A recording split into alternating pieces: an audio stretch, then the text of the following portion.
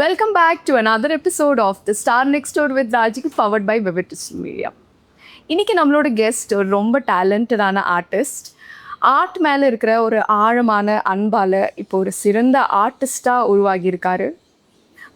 Coming டேஸில் Tamil Nadu government கிட்டேருந்து கலைமாமணி விருதும் வாங்க போகிறாரு. அதுக்கு ஒரு பேனர் நான் தியேட்டரில் வச்சேன்னா அதை பார்க்குறதுக்குன்னே ஜனங்க வருவாங்க. இப்போ நான் எடுத்தோடனே national award best book on movies அப்படிங்கிற ஒரு கேட்டகரி இருக்குது. இதை வந்தோடனே எங்கள் மாதிரி கையில் வரைகிற ஓவியர்கள் ஓவர் நைட் டாப்பில் ஆர்ட் வர்றது ஒரு பெரிய கிஃப்ட்டு. அந்த கிஃப்ட்டு கிடைச்சதுங்கிறது சந்தோஷப்பட்டுட்டு அதை நம்ம ஊக்கம். அவங்க எல்லாருமே ஒரு மாதம் வரைஞ்சாங்க, 1 month அந்த பெயிண்டிங்ஸ். நான் 2 நாளில் முடிச்சிட்டேன். அதே ஹைட்டு 44 அடி தேட்டரில் போடணும், வசூல் அள்ளணும், அதில் பொழுதுபோக்கு பாட்டு டான்ஸு எல்லாமே வைக்கணும் அப்படிங்கிறத எவ்வளோ அவமானங்களை பண்ணால் எல்லாருமே வீட்டில் உங்கள் அப்பா அம்மா நம்மளை ஃபைன் ஆர்ட்ஸ் காலேஜுக்கு அனுப்ப மாட்டாங்க. Let's welcome the most talented Jeevanandan sir. Hi sir, எப்படி இருக்கீங்க? நல்லா இருக்கு. Thank you so much for coming sir.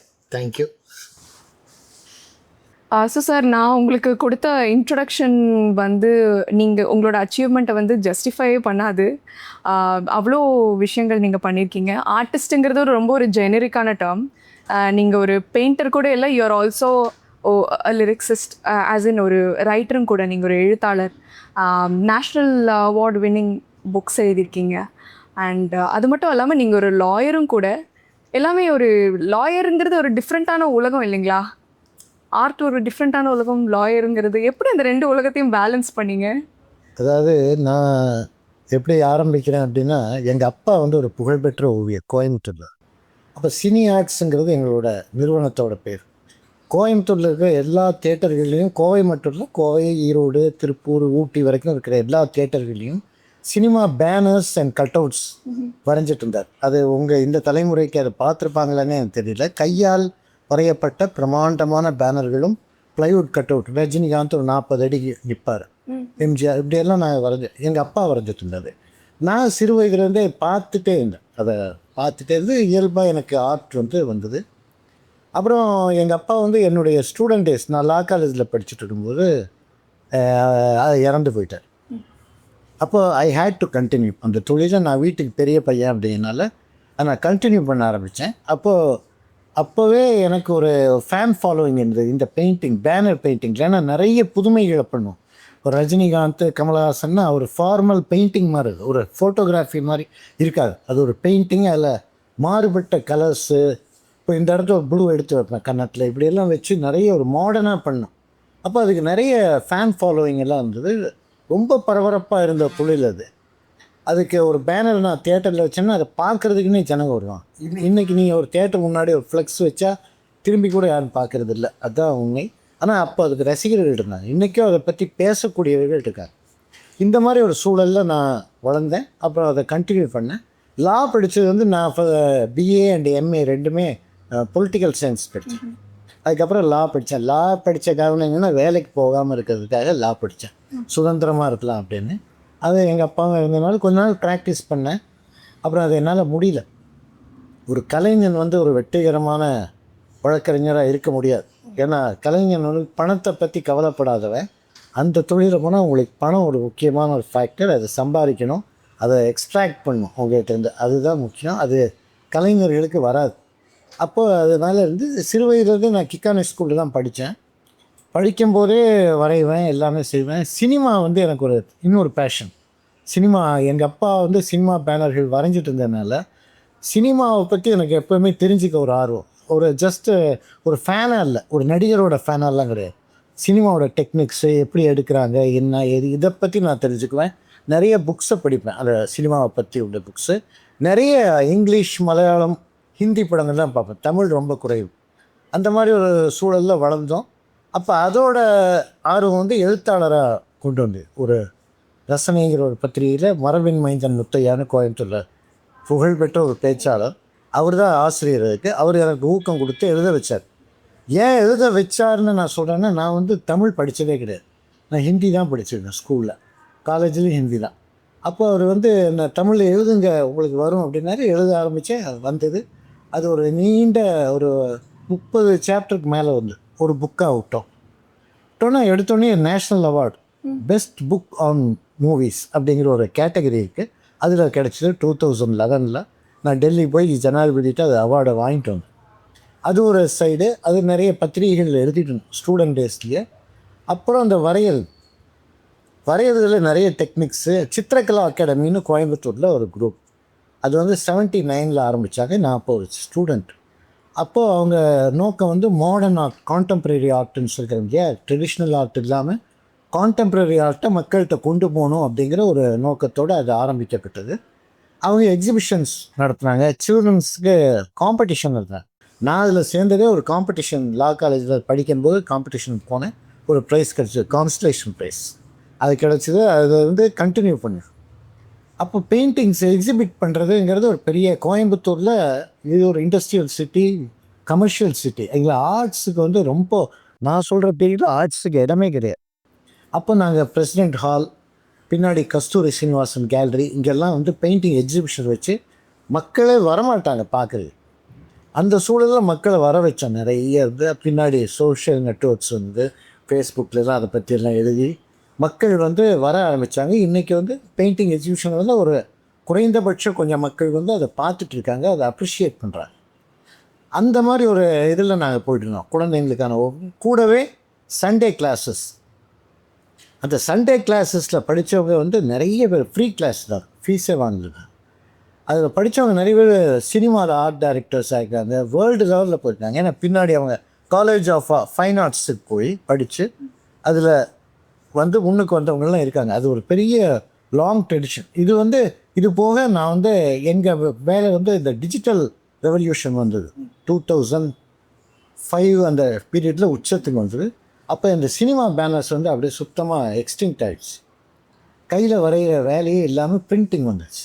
ஒரு 20 நிமிஷத்தில் ஒரு 20 அடிக்கு 10 அடி பேனர் அப்படியே பிரிண்ட் ஆகி வந்தது. அது ஃபோட்டோகிராஃபிக் ஃபினிஷிங்கோட. இதை வந்து வந்தோடனே எங்கள் மாதிரி கையில் வரைகிற ஓவியர்கள் ஓவர் நைட் டாப்பிடும் அப்படியே முடிஞ்சுது எங்கள் வேலை.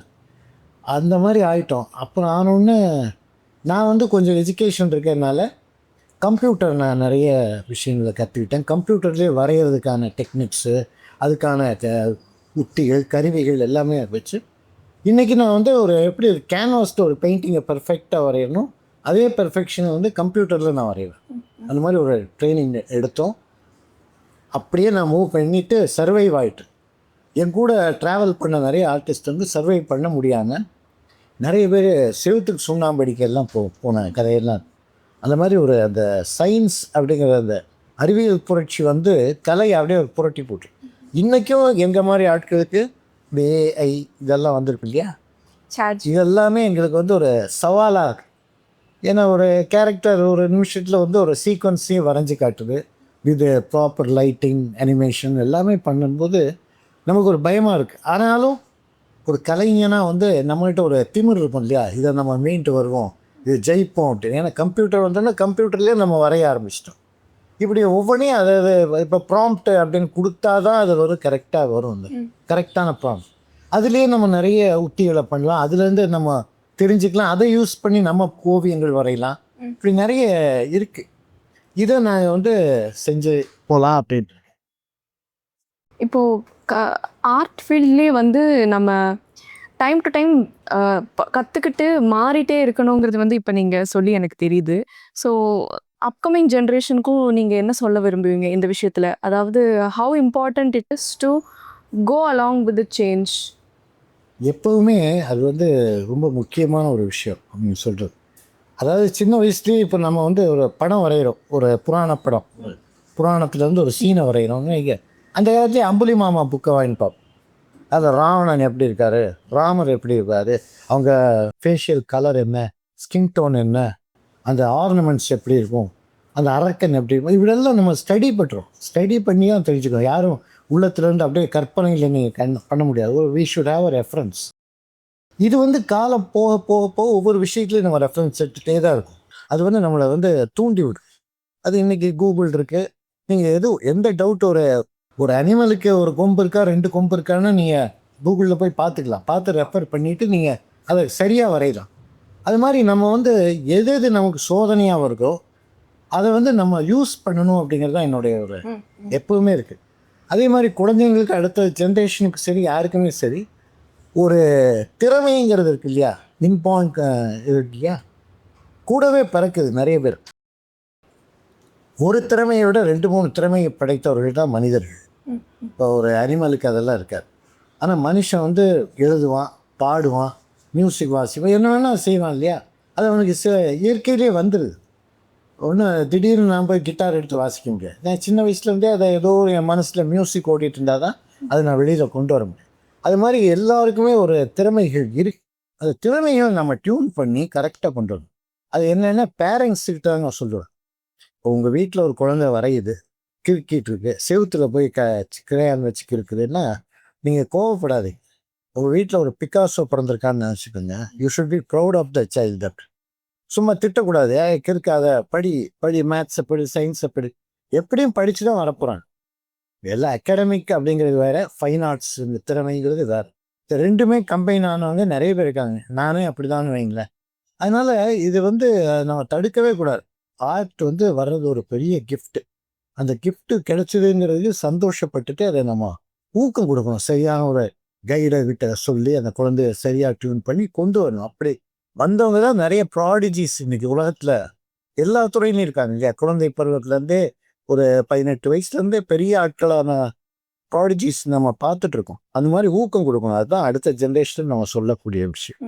சார், நீங்கள் இப்போது வரப்போகிற டேஸில் கலைமாமணி விருது வாங்க போகிறீங்க. How do you feel about it?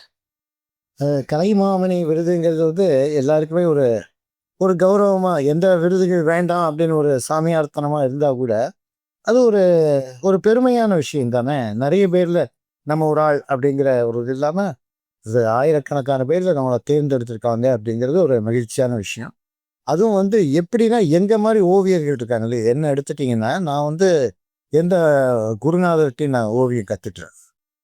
நான் எந்த காலேஜ் ஃபைன் ஆர்ட்ஸ் காலேஜ்லையும் படிக்கல. ஆனால் ஓவியத்தில் ஒரு பெரிய இப்போ மியூசிக்கு, டான்ஸு இதில் எல்லாம் இல்லாத ஒரு பாலிட்டிக்ஸ் வந்து ஓவியத்தில். ஃபைன் ஆர்ட்ஸ் காலேஜில் படித்தவங்களை தான் ஓவியராக கன்சிடர் பண்ணுற மாதிரி ஒரு ஒரு எண்ணம் வந்து அது படிக்காதவங்க ஓவியராகவே கன்சிடர் பண்ண மாட்டேன். அது எனக்கே நேர்ந்திருக்கும். நான் வந்து சில அவார்ட்ஸுக்கு அப்ளை பண்ணியிருக்கோம். முதல்ல ஓவிய செம்மல் வந்து கவர்மெண்ட் அதில் பார்த்தீங்கன்னா வெளியாளி காலேஜ் ஆஃப் ஆர்ட்ஸில் படிக்கல அப்படின்னா நான் ஆர்டிஸ்டே கிடையாது. நீங்கள் எவ்வளவு ரவிவர்மாவாக இருந்தால் கூட ஒரு அந்த காலேஜில் படிச்சிருக்கணும் அப்படிங்கிற மாதிரி ஒரு இதை கொண்டு வந்துட்டாங்க. இதை மீறி இந்த கலைமாமணியில் என்ன மாதிரி ஒரு அவுட் சைடர் அப்படின்னு தான் சொல்ல முடியும்.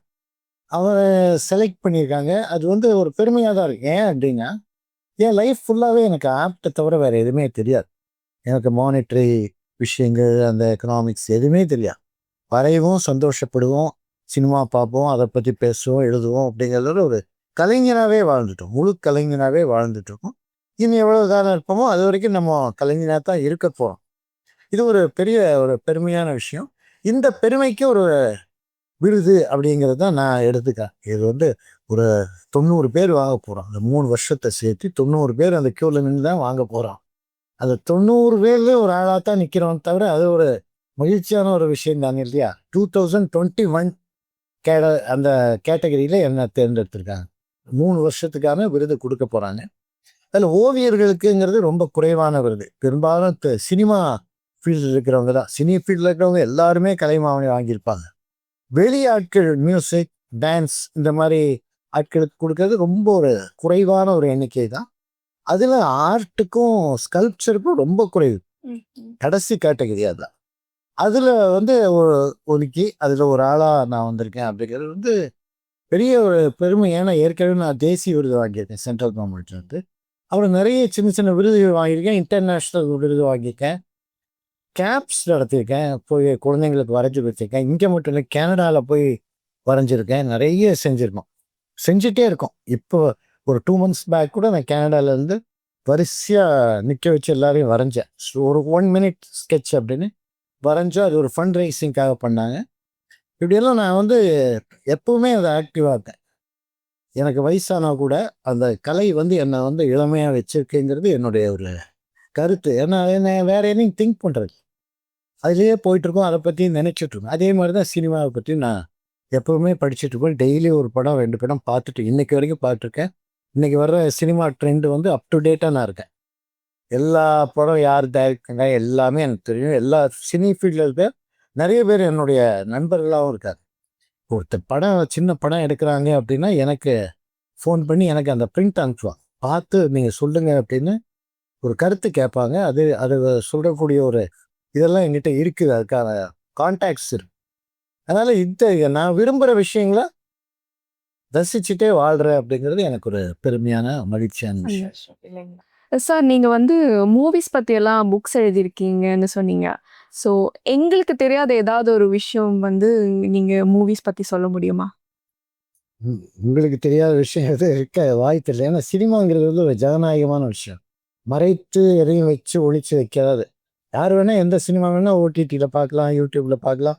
எல்லாமே திறந்த வெளியில் இருக்குது சினிமா. என்ன அப்படின்னா சினிமாவை வந்து ஒரு ஜஸ்ட் ஒரு ரெக்ரியேஷனாவோ பொழுதுபோக்கு சாதனமாகவோ கருதாமல் சினிமா ஒரு கலை. எப்படி ROM மியூசிக் எல்லாம் இருக்கோ சினிமா ஒரு கலை அப்படின்னு நினச்சி இயக்கும் இயக்குனர்கள் ஏராளமாக பேர் இருக்காங்க.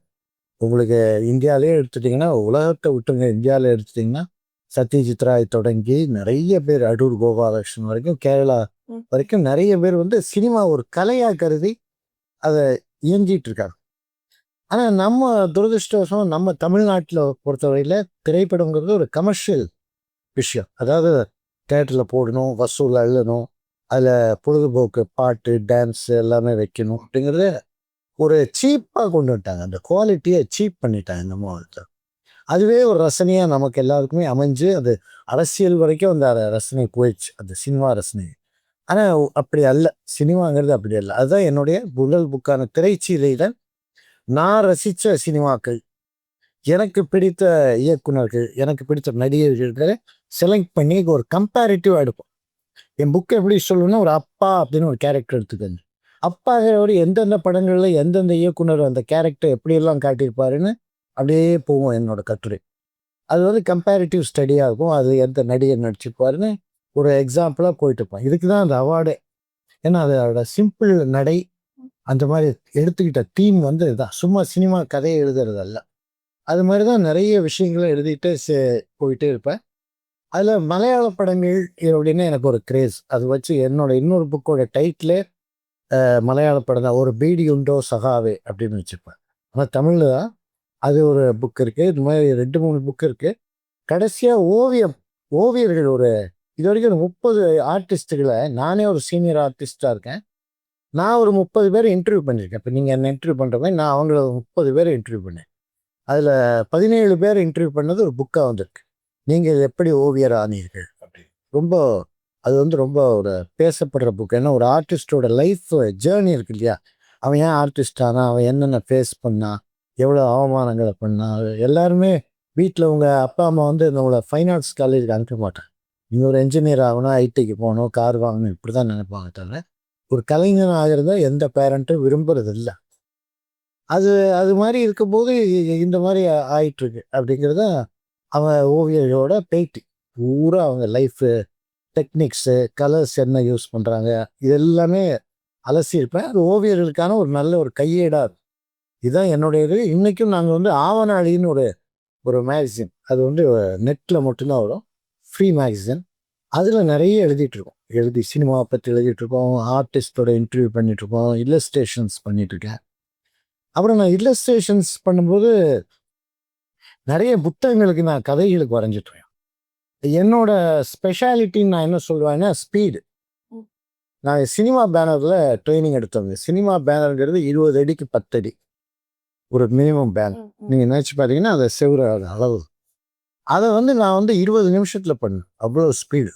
கலரை எடுப்போம், தாவுவோம், ஒரு பெயிண்டிங். அது அப்படியே இப்போ ஒரு நாளைக்கு 10 பேனர் பண்ணுவோம். அதில் ஸ்பீடு வந்து எங்கள் கூட வந்துடுச்சு. அதனால இப்போ உங்களை நான் பார்த்தேன்னா 1 நிமிஷத்தில் உங்களை வரைஞ்சிடும் ஸ்கெட்ச். அது வந்து அது வித் ஃபுல் ரிசம்பிளன்ஸ். ஓகே. அது வந்து அது ட்ரைனிங், கடும் பயிற்சி அப்படிங்கிறது. அந்த கடும் பயிற்சினால இன்றைக்கும் ஒரு நெட்டில் ஒரு இதில் வரைகிறேன்னு எங்கள் கம்ப்யூட்டரில் அதே ஸ்பீடு தான். இப்போ எனக்கு பூரா இப்போ இன்டர்நேஷ்னல் ஒர்க்கு தான் நிறைய வரும். பெரும்பாலும் கனடாவில் எனக்கு நிறைய ஃப்ரெண்ட்ஸ் இருக்காங்க, சிங்கப்பூரில் இருக்காங்க. இப்போ அவங்க வந்து ஒருத்தர் பெயிண்டிங் வரையணும் அப்படின்ட்டு ஒரு ஃபோட்டோ அனுப்புகிறாங்கன்னா வித்தின் கப்புள் ஆஃப் ஹவர்ஸ் நான் அதை வரைஞ்சி அனுப்பிடுவேன் அவங்களுக்கு. அது பிரிண்ட்டுக்கும் போய் புக்காக கூட வந்துடலாம், ஒரே நாளில் இதெல்லாம் நடக்கும். அந்த ஸ்பீடுக்காக எனக்கு வேலை தர்றாரு. மற்றபடி நான் ஒரு மாபெரும் கலைஞன் அந்த மாதிரிலாம் ஒன்றும் கிடையாது. செஞ்சு சொன்னால் அந்த டைமுக்கு வந்துடும் அந்த படம் அப்படிங்கிறது அவங்களோட இது. அது வந்து அது என்னுடைய வாழ்க்கை பயிற்சி தான். ஏன்னா சினிமாவில் நாங்கள் பேனர் வரையும் போது நாளைக்கு ஒரு 10 நான் என் லைஃப்பில் ஒரு 10,000 15,000 பேனர் வரைஞ்சிருப்பேன். அது வந்து ரிசம்பிளன்ஸ் இருக்கணும், தியேட்டரில் கொண்டு போய் வைக்கிறோம். நீங்கள் ரஜினியை வந்து ரஜினி மாதிரி தான் இருக்கணும், அது வேறு விஜயகாந்த் மாதிரி இருந்தால் எங்களோட கிளையண்ட் ஒத்துக்க மாட்டாங்க, மக்கள் ஒத்துக்க மாட்டாங்க. அதனால் அந்த பெர்ஃபெக்ஷனை கொண்டு வந்தே ஆகணும். அது ஒரு சவாலாக இருந்தது வாழ்க்கை முழுவதும். அது ஒரு சவால். அதை அதுலேயே நாங்கள் இயங்கிட்டு இருக்கோம். அதனால் அது ஒரு கடும் பயிற்சி. அப்புறம் வந்து எங்கள் மாதிரி பேனர் வரைகிறவங்க யாரும் லைம் லைட்டுக்கு வரவே இல்லை. அது வந்து இப்போ நடிகர் சிவகுமார் எடுத்துட்டிங்கன்னா அவர் வந்து இந்த பேனர் வரைய ஆரம்பிச்சு தான் பின்னாடி காலேஜ் ஆஃப் ஃபைன் ஆர்ட்ஸ்க்கெல்லாம் போனார். இந்த மாதிரி நிறைய பேர் இருக்காங்க. தவிர லைம் லைட்டுக்கு வந்தது வந்து என்ன மாதிரி சில பேர் தான். ஏன் அப்படின்னா எங்களோட எஜுகேஷன் யாரும் படித்து ஒரு வக்கீல் வந்து பேனர் வரைஞ்சதே கிடையாது உலகத்தில். நான் ஒருத்தனா வரைஞ்சிருப்பேன். அந்த ஒரு தைரியம் எப்படி ஃபேஸிங் சபையை ஃபேஸ் பண்ணுறது எல்லாமே வந்து இன்றைக்கி இந்த அவார்டு வரைக்கும் அதை கொண்டு வந்திருக்கு அப்படின்னு நினைக்கிறேன். அந்த கான்ஃபிடென்ஸ் ஆஸ் அன் ஆர்டிஸ்ட் அதை வந்து நான் ஒரு ஸ்டேஜில் இருந்து ஒரு 1000 பேர் இருந்தாலும் அது முன்னாடி ஸ்டேஜில் நின்று வரைவேன். அந்த ஸ்டூடெண்ட்ஸ்லாம் ஃபைன் ஆர்ட்ஸ் ஸ்டூடெண்ட்ஸும் இந்த நிறைய கல்லூரிகள் இந்த ஃபைன் ஆர்ட்ஸ் கிளப் இருக்கும். இப்போ அவங்க ஆர்ட்டில் இன்ட்ரெஸ்ட்டுக்கு அவங்கெல்லாம் என்னை கூப்பிட்டு டெமோ பண்ண வைப்பாங்க. வரிசையாக நிற்பாங்க, க்யூவில் நின்று ஒவ்வொருத்தரையும் நான் கடைன்னு வரைஞ்சிட்ருக்கேன். அது ஒரு எனக்கு ஒரு த்ரில், அவங்களுக்கு ஒரு த்ரில், எல்லாருக்கும் ஒரு சந்தோஷம். ஓகே சார், ஃபியூ மினிட்ஸ்லேயே போர்ட்ரேட்ஸ் ஒரு லைவாக ஒருத்தங்களை பார்த்து போர்ட்ரேட் வரைகிறது உங்களோட ஸ்பெஷாலிட்டின்னு சொன்னீங்க. இட்ஸ் ஹம்பிள் ரிக்வெஸ்ட், என்ன ஒரு போர்ட்ரேட் வரைய முடியுமா? தாராளமாக இந்த வரைஞ்சிடலாம். Can we get a pen and a paper and a notepad?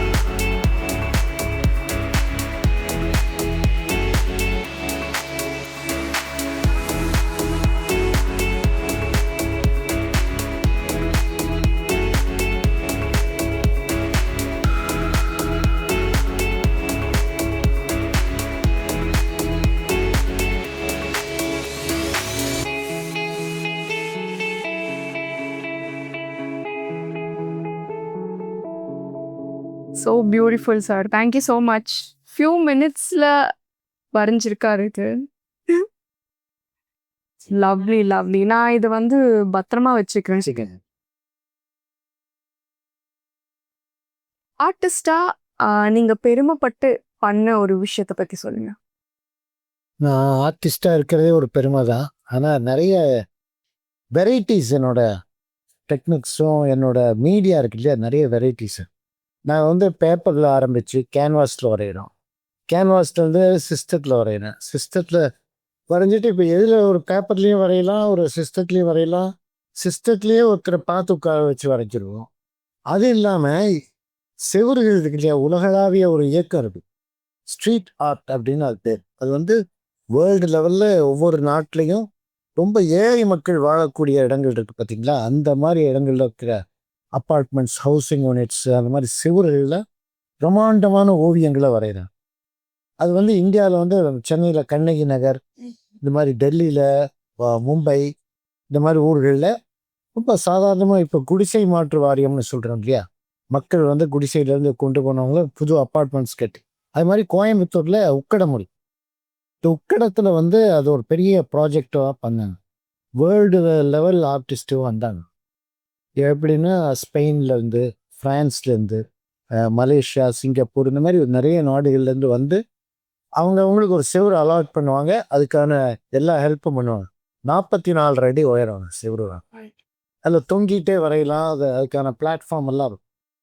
இதில் எனக்கு ஒரு செவுரு கொடுத்தாங்க. எனக்கு அது எக்ஸ்பீரியன்ஸ் கிடையாது, அந்த செவுருலாம் வரைஞ்சி அவ்வளோ ஹைட்லாம். அதனால அது ஒரு சவாலாக எடுத்துகிட்டு இப்போ ஒரு 3-4 இயர்ஸ் பேக் தான் அவங்க எல்லாருமே 1 மாதம் வரைஞ்சாங்க. 1 மந்த் அந்த பெயிண்டிங்ஸ். நான் வந்து 2 நாளில் முடிச்சிட்டேன். அதே ஹைட்டு 44 அடி முடித்தோம். அது இன்றைக்கும் இருக்குது. இன்றைக்கி அது வந்து ஆர்ட் டிஸ்ட்ரிக்ட்னு கோயம்புத்தூரில் அந்த உக்கடத்தில் புல்லுக்காடுன்னு சொல்லுவோம் அந்த இடத்த. அது ஆர்ட் டிஸ்ட்ரிக்ட்னு வச்சுருக்காங்க பேர்.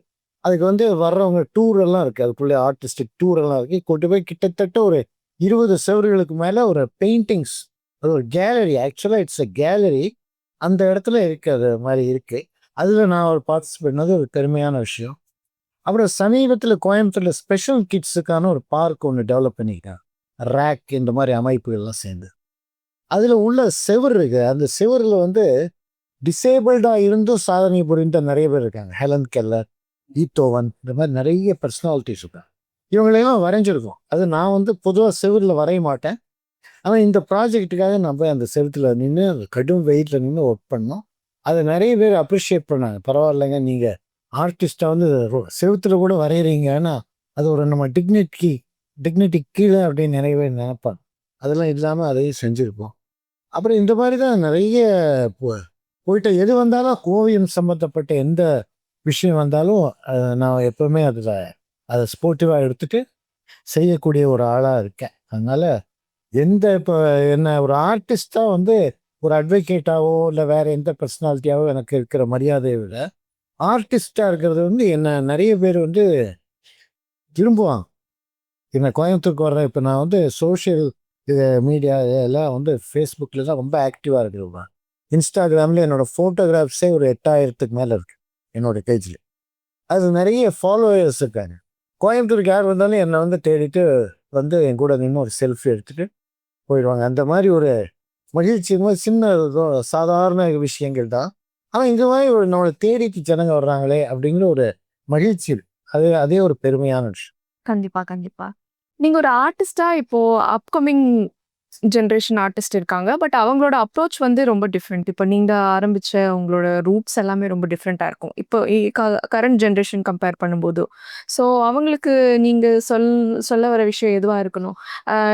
பிகாஸ் ஆர்ட்ல வந்து பேஷண்ட் ரொம்பவே தேவை. இப்போ நிறைய சாஃப்ட்வேர்ஸ் எல்லாமே வந்தனால, இப்போ வந்து உட்கார்ந்து ஒரு கேன்வாஸ்ல வரையறத விட நீங்க சொன்ன மாதிரி டிஜிட்டல் ஆர்ட் ப்ரொடியூஸ் பண்றவங்க தான் அதிகம். ஸோ அவங்களுக்கு நீங்க என்ன சொல்ல விரும்புறீங்க? நீங்கள் என்னதான் டிஜிட்டல் ஆர்ட் இருந்தாலும் அதை வந்து ஒரு மனித மூளை தான் வந்து அதை இயக்கு. நீங்கள் டிஜிட்டல் ஆர்ட்ஸில் ப்ராம்ப்ட் மாதிரி வந்தாலும் நீங்கள் அதை பார்த்தீங்கன்னா இப்போ ஏஐ இமேஜஸில் பார்த்தீங்கன்னா விரல் 5 இருக்கிறது மேலே 6 இருக்கும். கண் வந்து 2 வெவ்வேறு திசையில் பார்த்துட்டு இருக்கு. இந்த மாதிரி நிறைய சின்ன சின்ன விஷயங்கள் இருக்கு. இதை வந்து சரியாக வந்து நம்ம ஃபாலோ பண்ணுறது வந்து மனித மூளை தான். அப்போ நீங்கள் கடும் பயிற்சி எடுக்கணும். அதாவது எப்படி ஒரு மியூசிக் சாதகம் பண்ணிகிட்டே இருக்கும், பாடிட்டே இருக்கும்னால தான் ஒரு அது மாதிரி நிறைய வரைஞ்சிட்டே இருக்கும். கிறுக்கிட்டே இருக்கும், தப்பே கிடையாது. அது வந்து பர்ஃபெக்டாக வரணுங்கிற அவசியமே கிடையாது. கிறுக்கிட்டே இருக்கலாம். இப்போ உங்களை வரைஞ்சேன், அது பர்ஃபெக்ஷன் கிடையாது. எனக்கே தெரியும் அது பர்ஃபெக்ட் கிடையாது. ஆனால் அது வந்து ஒரு சவால். நான் அதை செஞ்சு காட்டுறேன் அப்படிங்கிறது ஒரு சவால். அது வந்து இப்போ அப்படியே ஒரு ரிசம்பிளன்ஸ் வரலாம், வராமல் போகலாம், எத்தனையோ இருக்கு இல்லையா. ஆனால் இது வந்து கடும் ப்ராக்டிஸ் பண்ணிகிட்டே இருக்கும்போது தான் நிறைய கலைஞர்கள், நான் பார்த்த கலைஞர்கள் எல்லாமே ப்ராக்டிஸ் தான். அதாவது இன்றைய சமுதாயத்தில் நீங்கள் சொன்ன மாதிரி குழந்தைங்க கையில் திறந்தோடனே மொபைலில் கொடுத்துட்றாங்க, விளையாட கேம்ஸ் அப்படியே போயிட்டே இருக்காங்க. இப்போது என்னோட பேரன் இருக்கான்னா கூட அவன்கிட்ட சொன்னோன்னா அவன் வரைகிறது ஒரு கார்ட்டூன் இமேஜாக தான். ஒரு மாடை வரைய மாட்டான், ஒரு ஆடை வரைய மாட்டான். அவன் பார்க்குற அந்த கார்ட்டூன் சீரியஸில் வர்ற ஒரு கேரக்டர் தான் வரையும். இதெல்லாம் இல்லாமல் நம்ம அந்த குழந்தைங்களை வந்து அஸ் பேரண்ட்ஸோ இல்லை பெரியவங்களாவோ இருந்து நம்ம அவங்களுக்கு அந்த பொறுமையை சொல்லி கொடுக்கணும். ஏன்னா அந்த பொறுமை தான் வெல்லும். நீங்கள் ரொம்ப பேஷண்ட்டாக தான் வரையணுன்ட்டு இல்லை. நான் என்ன தனிப்பட்ட முறைப்படி எனக்கு பொறுமையே கிடையாது. நான் பார்த்தேன்னா அதை வரைஞ்சி முடித்தாதான் எனக்கு நிம்மதி இருக்கும். அந்த மாதிரி ஒரு இம்பேஷண்ட் ஸ்டைல் தான் என்னோடது ட்ராயிங்ஸ் எல்லாம். ஆனால் அதுக்கான அது ஏன் வந்துன்னா என்னோட வாழ்க்கையை வந்து அதை கொண்டு வந்திருக்கேன். நான் அந்த ஸ்டேஜுக்கு அந்த ஸ்பீடுக்கு கொண்டு வந்து அது மாதிரி தான் எல்லாருக்குமே. அதனால் எதையுமே அப்சர்வ் பண்ணும். ஒரு மாட்டு வண்டி எப்படி இருக்குது, அதோட வீல் எப்படி இருக்குது, அதோட மேலே எப்படி இருக்குது, குதிரை எப்படி இருக்கும், குதிரையோட கால் எப்படி போகும், ஓடங்கோல் எப்படி இருக்கும், யானையோட கால் குதிரை கால் விட்டு இது எல்லாமே ஸ்டடி பண்ணணும். குழந்தைங்களை நம்ம கைடு பண்ணணும். இதெல்லாம் பண்ணிட்டு இருந்தால் தான் அவங்களுக்கு அந்த கம்பேரிட்டிவ் ஸ்டடி ஒரு இமேஜ் உங்கள் இமேஜுக்கும் என் இமேஜுக்கும் என்ன டிஃப்ரென்ஸ் இருக்கும், எப்படி குண்டா இருக்கும் ஒல்லியா இருக்கும், பெண் எப்படி இருப்பா, ஆண் எப்படி இருப்பா, இது எல்லாமே அனுபவத்தில் வர்றதா, ஸ்டடியில் வர்றது. நம்ம பார்க்குறோம், கீனாக ஸ்டடி பண்ணணும். எதை பார்த்தாலும் சும்மா அப்படியே பார்த்துட்டே போகக்கூடாது. அது என்ன இருக்குது அப்படின்னு கேமராவை நான் பார்க்குறேன்னா அது கேமராவில் என்ன ஷேப் இருக்குது, அது என்ன லென்த் இருக்குங்கிறத பார்க்குறேன். இப்படி எதையும் கிராஸ் பண்ணாதான் கலைகளில் வந்து அதை அப்படியே நம்ம வெளியில் கொண்டு வர முடியும். கொண்டு வர்றது தான் பெர்ஃபெக்ஷன். அதுதான் உங்களை டிஃப்ரென்ஷியேட் பண்ணி இன்னொருத்தர் வந்து வித்தியாசப்படுத்தி காட்டும். அதுதான் கண்டிப்பா. ஒரு ஆர்டிஸ்டா ஃபைனான்ஷியலி எப்படி சர்வைவ் ஆக முடியும்னு நீங்க நினைக்கிறீங்க இந்த சொசைட்டில? ஒரு ஆர்டிஸ்டாக வந்து ஃபினான்ஷியலி வந்து நீங்கள் பெரிய சக்ஸஸ் ஆகிறதுங்கிறது சில பேருக்கு அமையும். அவனுக்கு மூளை வந்து ஆர்டிஸ்ட்டுங்கிறத விட ஒரு பிஸ்னஸ் மேன் மூளை இருந்தால் அவன் வந்து இருக்கு. அந்த மாதிரி நிறைய பேர் இருக்காங்க. ஒரு பெரிய இன்ஸ்டிடியூஷன் நடத்துவாங்க, ட்ராயிங் கிளாஸ் எடுப்பாங்க, லட்சக்கணக்கில் சம்பாதிப்பாங்க. அது இருக்குது இன்னைக்கு. அப்புறம் அந்த நேம் அட்டைன் பண்ணுறதுக்கு ஒரு பயணம் வேணும். இப்போ பிகாசோ இருக்காருங்க, அவர் ஒரு கிறுக்குனாருன்னா பல்லாயிரக்கணக்கான டாலர்களுக்கு அது விலை போகும். ஏன்னா வரைஞ்ச பிகாசோ அந்த நேம் இருக்கு இல்லையா, நேம் செல்ஸ். அந்த பெயிண்டிங்கை விட இந்த நேம் செல்ஸ் யார் வரைஞ்சாங்க, அது அந்த பெயரை நம்ம வந்து அடையும் போது நம்ம எதை கிறுக்கினாலும் அதுக்கு பணம் வரும். மற்றபடி நீங்கள் எவ்வளோ திறமை இருந்தாலும் அதுக்குன்னு இப்போ நான் என்ன தான் உயிரை கொடுத்து வந்தாலும் அதுக்கு ஒரு அமௌண்ட் வந்து பெரிய அமௌண்ட் கிடைக்காது. அது மட்டும் இல்லை, இந்த ஆர்டிஸ்ட்டு தன்னோட ஒரு இமேஜை வளர்த்துது. அவன் எதை செஞ்சாலும் அதுக்கு அது வந்து இன்னைக்கு உலகம் பூரா ஆர்டிஸ்ட்டுங்களுக்கு இருக்கக்கூடிய ஒரு விஷயம். அது மட்டும் இல்லை, அது ஒரு தவம் மாதிரி. அந்த தவத்தில் ஒரு பர்டிகுலர் ஸ்டைல். இப்போ ஆதி மூலம்னு நீங்கள் கேள்விப்பட்டிருக்கீங்க ஆர்டிஸ்ட்டு. அவர் வரைஞ்ச எல்லாமே அவரோட ட்ராவல் தான். ரியாலிட்டி. இப்போ பிகாசோவே எடுத்துக்கோங்க. சின்ன பையனாக இருக்கும்போது ரொம்ப அழகான பெயிண்டிங்ஸ் வரைவார். போக போக ஒரு ஃப்ரீக்லினஸ் வந்து அப்படியே பறக்க. when I was a child I used to paint like a master, but now I want to paint like a child அப்படின்ட்டு அப்படி வந்தார். குழந்தைக்கு எப்படி மனசில் எந்த கள்ளம் இல்லாமல் ஒரு பெயிண்ட் எடுத்து அப்படி பூசுது இல்லையா, அது மாதிரி பிகாசோ பண்ணார். எப்போ அவரோட 60 வயசுக்கு மேலே. அதுக்கு முன்னாடி ஒரு பெரிய ரொம்ப துல்லியமான ஓவியங்கள் வந்துட்டியா. இந்த மாதிரி பயணங்கள். இப்போ அது மாதிரி தான் ஆதி மூலமெல்லாம் ஒரு அப்ட்ராக்ட் பெயிண்டிங், ஒரு மனவெளி அப்படிம்பாங்க, ஒரு இன்னர் லேண்ட்ஸ்கேப். நம்ம அதை வந்து என்னன்னு நம்ம ஒரு அப்ட்ராக்டாக நம்ம கண்டுபிடிக்கணும். எதை வச்சு கண்டுபிடிப்போம்னா அந்த கலர்ஸு, தீம்ஸு, பெயிண்ட் ஸ்ட்ரோக்ஸு, என்ன மாதிரி உத்தியை கையாண்டிருக்காரு அப்படிங்கிறது வந்து ஒரு கலை மனம் படைத்தவங்களுக்கு மட்டும்தான் அது ரீச் ஆகும். இன்னொருத்தவங்க என்னடா கிறுக்கி வச்சுருக்கான் அப்படின்னு போயிடுவான் இல்லையா. அதுதான் ஒரு கான்டெம்பரரி ஆர்ட்டை பற்றி உள்ள ஒரு ரிசல்ட்டு. அதில் பயிற்சி எடுத்தவங்களுக்கு அது நிச்சயமாக. இப்போ அந்த மாதிரி ஆட்கள் வந்து they will be successful financially too. இப்போ என்னை பொறுத்தவரையில் வந்து என்னோட லைஃப்பில் வந்து I am very simple man. என் வாழ்க்கையே ரொம்ப எளிமையானது தான். அதனால் வந்து எனக்கு வந்து நான் பாட்டுக்கு வரைவேன். அதுக்கு கிடைச்ச ஊதியத்தை யார்ட்டையும் நான் கம்பல் பண்ணி இன்னைக்கு வரைக்கும் இவ்வளோ கொடுன்னு கேட்டதே கிடையாது. அதுக்கு வருது, அது நான் வாழ்ந்துட்டுருக்கேன். அவ்வளோதான். தவிர நீங்கள் பெரிய ஓவியராக இருந்து பெரிய பங்களாலாம் கட்ட முடியாது சிலரை தவிர. ஃபேமிலி ப்ரெஷர், சொசைட்டல் ப்ரெஷர்லாம் உங்களுக்கு வந்து ஒரு தடையாக இருந்திருக்கா? இல்லை, எனக்கு இருந்ததில்லை. ஏன்னா நான் வந்து நல்லா படிச்சிருந்தும் நிறைய என்ட்ரன்ஸ் எக்ஸாமெல்லாம் எழுதி வேலைகள் வந்து கூட நான் போகாமல் எங்கள் தொழிலை நான் பார்த்தேன், கலையை பார்த்தேன். அது வந்து வெளியே ப்ரெஷர் இல்லை. இன்றைக்கி நான் வந்து ஃபீல் பண்ணுறேன் financially I am normal man. ஒழுங்காக வேலைக்கு போயிருந்தால் இன்றைக்கி நல்ல பென்ஷனோட அந்த மாதிரிலாம் வாழக்கூடிய ஒரு வாழ்க்கை வந்திருக்கும். அது செய்யலை, ஆனாலும் ஒரு சந்தோஷமாக தான் இருக்கு. ஒரு கலைஞனாக இருக்கிறனால தான் நீங்கள் என்னை இன்டர்வியூ பண்ணுறீங்க. நான் ஒரு கிளர்க்காவோ ஒரு பெரிய ஆஃபீஸராக இருந்தாலும் எங்கிட்ட இன்டர்வியூ பண்ணுறதுக்கு உங்கள்கிட்ட விஷயமே இருக்காது இல்லையா. அதுதான் அந்த பெருமை போதும். ஏதாவது மெசேஜ் இருக்கா ஃபார் த வியூவர்ஸ்? ஒன்றும் இல்லை, காந்தி சொன்ன மாதிரி மை லைஃப் இஸ் மெசேஜுங்கிற மாதிரி நம்ம வாழ்க்கையை பார்த்தோம். என்னை பார்த்து நான் 2, 3 இப்போ எனக்கு சிஷ்யர்கள் ஏகப்பட்ட பேர் இருக்காங்க. என் பேரை பெருமையாக சொல்லக்கூடியவர்கள் இருக்காங்க. அதுவே எனக்கு ஒரு பெரிய சந்தோஷம். அது ஒரு லெகசியாக தொடருது. என்னோட ஸ்டைலில் வரையறக்கூடியவங்க இருக்காங்க. அது மாதிரி இருக்கு. அது போதும், எல்லாரும் வரைங்க, சந்தோஷமாக எதை பிடித்ததோ அதை செய்யுங்க அப்படிங்கிறது தான் என்னுடைய ஒரே மெசேஜ். Thank you sir. ரொம்ப நன்றி எங்களோட பாட்காஸ்ட்க்கு வந்ததுக்கு. இதை வாய்ப்பு கொடுத்ததுக்கு உங்களுக்கு என்னுடைய நன்றியை தெரிவிச்சுக்கிறேன். இட்ஸ் லைஃப்பில் வந்து we have to follow our dreams அப்படிங்கிறதுக்கு ஒரு ஹியூஜ் லிவிங் எக்ஸாம்பிளாக இருக்கீங்க. So you're a man of few words, but ஆனாலும் you're a great living example that we have to follow our dreams. ரொம்ப ரொம்ப நன்றி. தேங்க்யூ. இன்னைக்கு எபிசோட் ரொம்பவே ஹோல்சமாக இருந்திருக்கும், கரெக்டா? நீங்களும் ஒரு ஆஸ்பைரிங் ஆர்டிஸ்ட் இல்லை ஆல்ரெடி ஒரு ஆர்டிஸ்ட் அப்படின்னா you would have related a lot to this episode. Especially I was very excited to meet this person, and me being an artist myself, it was a great pleasure talking to him. இதே மாதிரி இன்னும் நிறைய episodes பார்க்க விரும்புறீங்கன்னா கண்டிப்பாக எங்கள் சேனலுக்கு subscribe பண்ணுங்க, like பண்ணுங்க, மறக்காம ஷேர் பண்ணுங்க. This is the Star Next Door with Raji, powered by Vivid Digital Media, and this is me, Raji, signing off. Thank you so much.